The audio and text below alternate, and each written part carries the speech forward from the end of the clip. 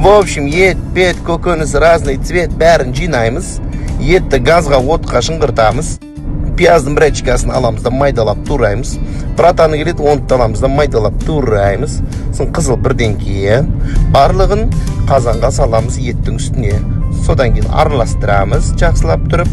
Потом шөп себеміз бетіне. Одан кейін тағы да қызыл бірден кейін бітпейтін. Оны да қосамыз.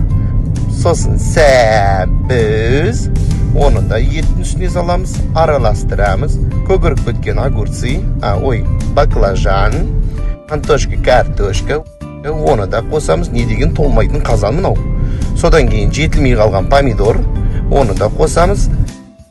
Бетіне газдалмаған суды құямыз. Трәкпімен жабамыз. Трәкпілеп капустамен жабамыз. Кішкене күтеміз. Вуаля, тамағымыз дайын. Приятного аппетита!